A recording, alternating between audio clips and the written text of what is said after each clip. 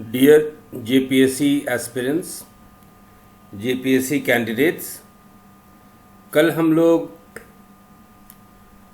एक concept deal किए थे खुंदकटी अधिकार युक्त रैयत, या कह सकते हैं इंग्लिश में खुंदकटी राइट्स। इसी कॉन्सेप्ट को आगे बढ़ाते हुए हम लोग एक नया आज कॉन्सेप्ट देखेंगे जिसको कि हम लोग इंग्लिश में सेटल्ड रैयत कहते हैं और हिंदी में बंदोबस्त रैयत कहते हैं। तो क्वेश्चन नंबर 23 पढ़िए इंग्लिश में। As per CNT act, what is the minimum years for any person to qualify as settled रैयत। CNT अधिनियम के अनुसार किसी भी व्यक्ति के लिए बंदोबस्त रैयत के रूप में अर्हता प्राप्त करने के लिए न्यूनतम वर्ष क्या है। देखिए स्टूडेंट्स, ये कॉन्सेप्ट जो है, जो शब्द है बंदोबस्त रैयत या इंग्लिश में कहते हैं सेटल्ड रैयत, CNT अधिनियम में, छोटा नागपुर काश्तकारी अधिनियम में इस शब्द का उल्लेख किया गया है। समय काल दिया गया है कि CNT अधिनियम बनने से पहले जब सर्वे का काम चल रहा था, उससे पहले कुछ रैयत जरूर होंगे जो कि किसी भूधारक या जमींदार या खुंदकटी जमींदार के तहत काम करते होंगे, और ऐसे रैयत हो सकता है, और बहुत से केसेस में, उदाहरण में हम लोग देखे हैं कि ऐसे रैयत CNT अधिनियम आने के बाद भी वो लोग उस भूमि में अपने उद्देश्य के लिए कार्यरत रहे। So we see this certain class of raiyats who were present before the existence of CNT Act, and their existence continued even after CNT Act came into existence. तो इनको एक नया शब्द दिया गया है, सेटल्ड रैयत और बंदोबस्त रैयत। क्वेश्चन ये है कि आप सेटल्ड रैयत कहलाने के लिए, CNT एक्ट के द्वारा सेटल्ड रैयत कहलाने के लिए, बंदोबस्त रैयत के रूप में कहलाने के लिए आपके पास न्यूनतम अर्हताओं में एक है न्यूनतम वर्ष, मिनिमम ईयर्स। तो वो वर्ष क्या है? तो वो वर्ष है बच्चों 12 साल। यदि आप 12 साल लगातार उस भूमि में कार्यरत हैं तो आप बंदोबस्त रैयत का आपको दर्जा मिलेगा। चलिए नेक्स्ट क्वेश्चन हम लोग करते हैं, question number 24। What is zirat land? Land in personal cultivation of zamindar, money given in advance for cultivable lands, rent free land for Vishnu temple and realisation of land.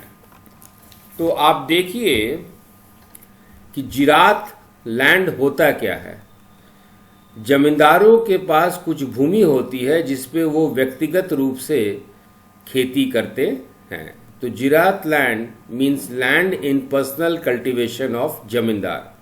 तो क्वेश्चन नंबर 24 का सही ऑप्शन है ए। हिंदी में पढ़ते हैं, जिरात भूमि क्या है? जमींदारों को व्यक्तिगत खेती में या व्यक्तिगत खेती युक्त भूमि को ही हम लोग जिरात भूमि कहते हैं। तो क्वेश्चन नंबर 24 का सही ऑप्शन है ए। चलिए question number 25। Question number 25 question number 24 से रिलेटेड है। In which region zirat land is known as manjhihas. Zirat जो पर्सनल कल्टीवेशन के लिए है, जमींदार के पर्सनल कल्टीवेशन के लिए है, उसको एक स्थानीय नाम से, लोकल नाम से मंजीहस भी कहा जाता है। तो ये मंजीहस किस स्थान में जिरात भूमि को या जिरात लैंड को कहा जाता है? तो सही ऑप्शन है आपका रांची। तो रांची में, in Ranchi, zirat land is known as manjhihas. इसका हिंदी में देखते हैं। जिरात भूमि को किस क्षेत्र में मांझीहस के नाम से जाना जाता है? तो जिरात भूमि को स्थानीय रूप से मंझीहस के नाम से रांची में जाना जाता है। तो क्वेश्चन नंबर 25 का सही ऑप्शन है रांची। चलिए अगला question. With which crop is Nawakhani associated? देखिए, नवाखानी एक शुभ दिन है ना? तो नवाखानी एक शुभ दिन है और इससे में भी एक कर लिया जाता है, एक टैक्स लिया जाता है। तो नवाखानी जो है, खरीफ फसलों के बाद ये नवाखानी समय आता है, या नवाखानी टाइम आता है, या नवाखानी पीरियड आता है। So Nawakhani is associated with kharif crops as far as taxation is concern in Jharkhand. और आप कह सकते हैं पारंपरिक रूप से मध्यकालीन झारखंड इतिहास में नवाखानी समय के बाद, जब खरीफ फसल के पश्चात, after the kharif crops, a system of taxation is there. So very simple. With which crop is Navakhani associated? To it is associated with Kharif crops. Hindi में समझिए, नवाखानी किस फसल से संबंधित है? तो नवाखानी खरीफ फसलों से संबंधित है। चलिए question number 27। With which crop is Sohrai associated? ये नवाखानी को यदि हम लोग इस्तेमाल, ये शब्द नवाखानी यदि हम लोग इस्तेमाल ना करें तो सोहराई शब्द भी हम लोग नवाखानी के जगह इस्तेमाल कर सकते हैं। होता क्या था कि खरीफ फसल के बाद, after the kharif crops, ryot used to give tax in the form of rice. तो खरीफ फसल के पश्चात रैयत जो है, पूर्व जमींदारों को नवाखानी के शुभ दिनों में कर के रूप में चावल दिया करते थे। So with which crop is Sohrai associated? तो Sohrai is associated with rice. Hindi में देखते हैं, सोहराई किस फसल से संबंधित है? तो खरीफ फसल के पश्चात रैयत पूर्व जमींदारों को नवाखानी के शुभ दिन में कर के रूप में चावल देते थे। तो सोहराई चावल से संबंधित है। Question number 28। Which of the following was tax collected in lieu of supply of salt? आप लोग नमक, आधुनिक भारतीय इतिहास में सॉल्ट सत्याग्रह का नाम सुने होंगे, ये कॉन्सेप्ट देखे होंगे, नमक सत्याग्रह का कॉन्सेप्ट सुने होंगे। तो ये नमक किसी भी क्षेत्र में आयात करने का या बेचने का ये हक, अधिकार सिर्फ जमींदारों को था।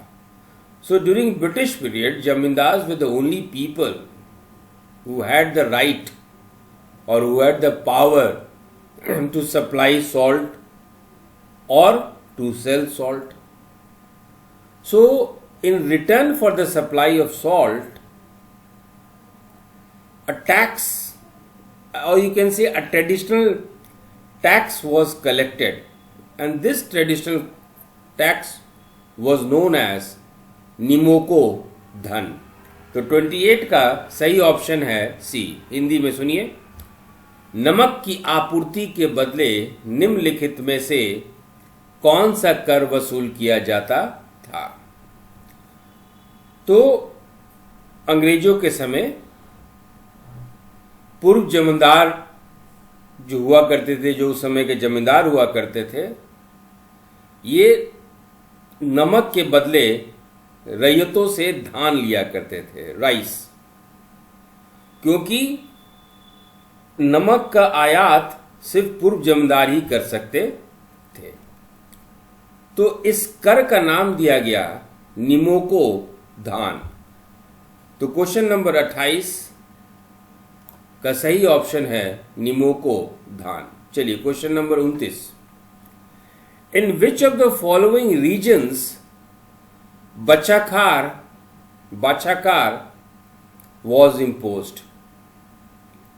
देखिए, मध्यकालीन झारखंड इतिहास में और खास करके बिरसा मुंडा के आंदोलन से पहले तक the birth of a cattle was associated with a tax. Means यहां तक कि बिरसा मुंडा के आंदोलन तक और खास करके मध्यकालीन झारखंड इतिहास में बछड़े की पैदाइश पर भी कर लिया जाता था। तो इसी की बछड़े की पैदाइश पे जो कर होता था, tax imposed because of the birth of the cattle, it was known as बाछाकार। लेकिन ये पूरे झारखंड में प्रचलित नहीं था। और इसी पे आपका क्वेश्चन है, in which of the following regions Bachhakar was imposed. So Bachhakar was imposed in Palamu and Garhwa district. तो क्वेश्चन नंबर 29 का सही आंसर है पलामू एंड गढ़वा डिस्ट्रिक्ट। इसको हिंदी में पढ़ते हैं, निम्नलिखित में से किस क्षेत्र में बाछाकार को एकत्रित किया जाता था। तो बाछाकार जो कि बछड़े की पैदाइश पे लिए जाने वाला कर था, ये सिर्फ पलामू और गढ़वा जिला में लिया जाता था। तो क्वेश्चन नंबर 29 का सही ऑप्शन है A. Question number 30, which tribe was liable to payment of Mahli कर। अब देखिए, झारखंड में बहुत सारे ट्राइब्स हैं, बहुत सारे जनजाति हैं, और एक कर हुआ करता था, एक टैक्स हुआ करता था, जो कि यदि आप बांस का सामान बनाते हैं, if you make products of bamboo, तो जैसे आज सेल्स टैक्स है, उसी तरह बांस के सामान बनाने पे आपका एक कर लिया जाता था। तो इस कर को हम लोग महली कर कहते थे। लेकिन ये महली कर सिर्फ महली जनजाति पर ही लगाया जाता था। सो महली कर was a tax imposed on the production of products from bamboo, and this tax was limited only to Mahali tribes of Jharkhand. तो question number 30, which tribe was liable to payment of Mahli कर।